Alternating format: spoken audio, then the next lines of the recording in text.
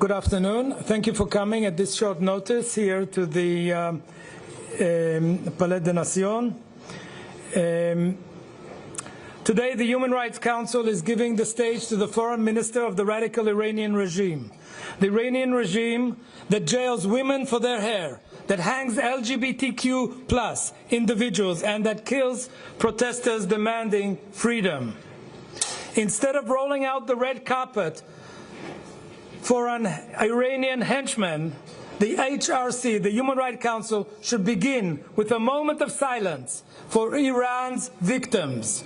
This is another sign of the hypocrisy and moral decay of the Human Rights Council that has completely lost its sense of purpose and constitutes a blatant betrayal of the victims of this radical regime.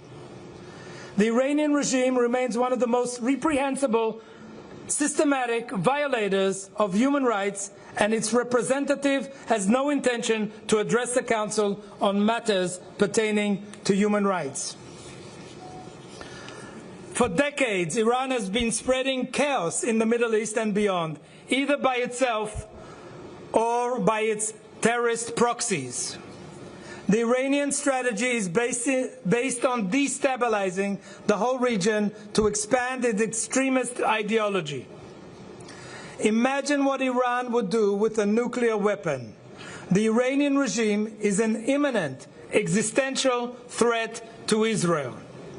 The radical Iranian regime has an operative plan to exterminate Israel, developed over many years, with its nuclear weapon program and its ballistic missiles arsenal, together with its proxies. The Iranian regime has accelerated the completion of its nuclear weapons program.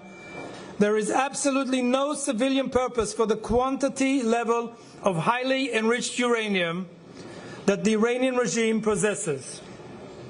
It has also dramatically expanded the production of its vast arsenal of ballistic missiles, capable of reaching Israel within minutes. It aims to achieve the capability to produce more than 10,000 long-range ballistic missiles. It has invested billions to achieve this ability that would enable it to reach deep into Europe. We are currently witnessing the damage that these missiles can inflict.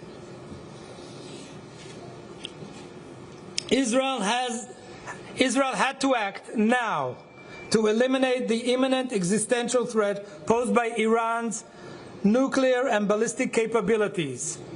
We have achieved extraordinary success thus far, but there is still much work to be done to destroy the nuclear weapons program and ballistic arsenal and neutralize the threat.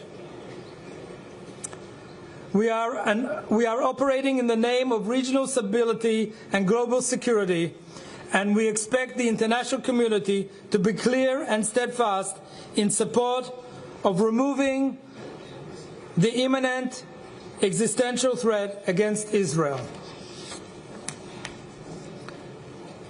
I would like to stress, Israel only attacks military objectives and strategic weapons. Israel's choice of targets is conducted responsibly and meticulously.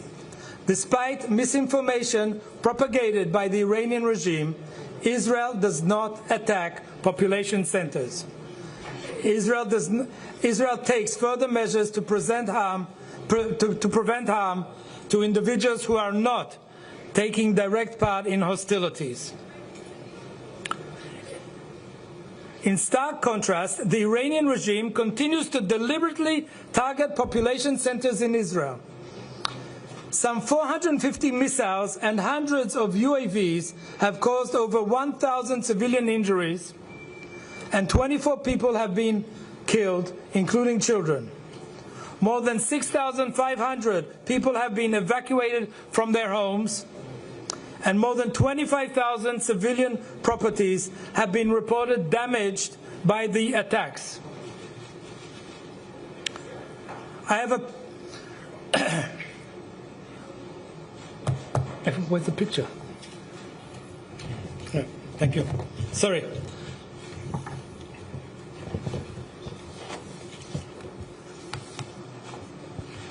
Sorry. Thank you. It's okay.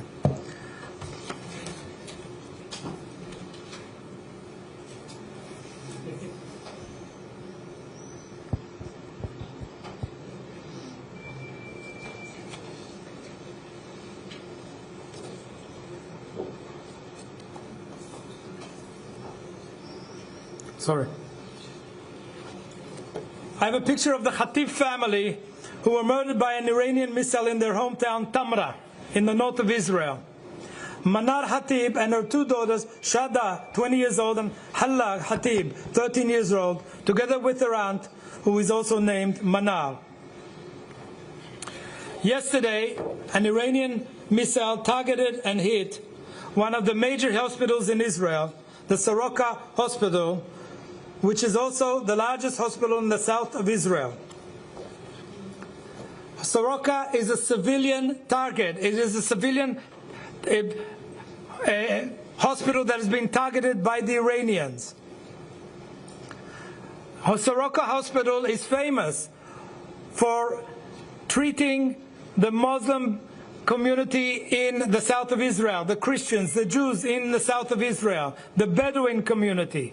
There are also many doctors who are Bedouin and Christian and Muslim and Jews all working together peacefully in coexistence. And the Iranians targeted this civilian hospital yesterday. This is a war crime and an act of terrorism. The silence of the UN is deafening. Thank you very much. So thank you for being here for my statement. I'll take one or two questions if you could just help me. Mr. Ambassador, the meeting that's taking place today between the Iranian Foreign Minister and the European Foreign Ministers, what do you hope to see emerging from that meeting? Thank you. Yes. Well, it's clear Israel is not part of that meeting.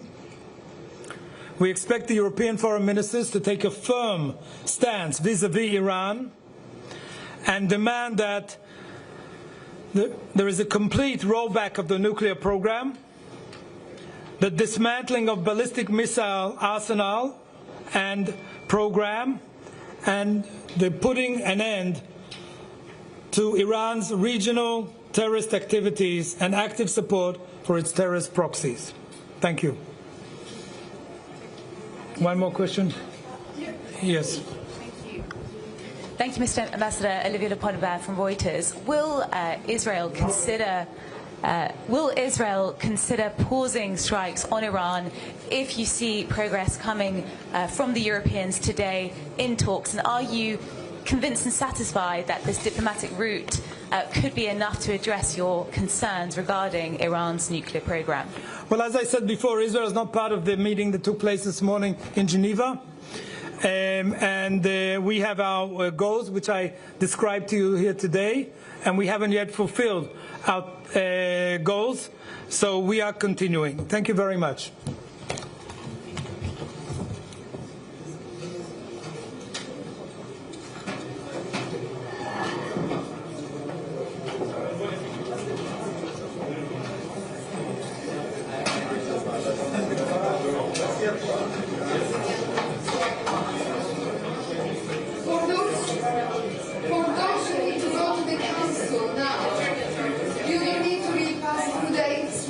But you come with us now. If you want to get into the council without